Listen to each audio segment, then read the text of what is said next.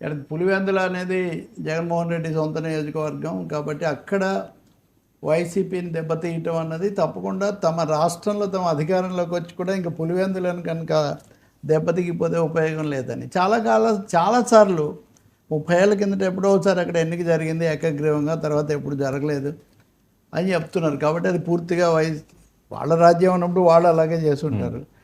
ఏదైనా చాలా ఉద్రిక్త పరిస్థితి నెలకొన్నది. నేను నిన్న కూడా చెప్పాను, డిఐజీ స్వయంగా ఉండి తలలు తెగిపడేవి అన్నారు, అరెస్టులు చేశారు, అలాగే హత్య నాటి పరిస్థితులు ఉన్నాయని డాక్టర్ సునీతారెడ్డి చెప్పారు. ఇదంతా ఉంది. ఇవన్నీ అలా ఉంచి ఉదయం నుంచి 2 చోట్ల జరుగుతుంటే పొద్దున్నే అవినాష్ రెడ్డిని ఎంపీనేమో అరెస్ట్ చేసి తీసుకెళ్లారు. ఆయన కాసేపు ఇదే ప్రొటెస్ట్ చేశారు. ఆ తర్వాత పోలీసుల తీసుకెళ్తుండగా కూడా మీడియాతో మాట్లాడారు. వరస్ట్ పోలీసు, ఎప్పుడు ఇంత ఘోరంగా ఎప్పుడు లేదు, ఒక ఎన్నిక ఇలా జరగడం అనేది రాష్ట్ర చరిత్రలో ఈ స్థాయిలో ఎప్పుడు లేదని ఇవన్నీ కూడా ఆయన చెప్పారు.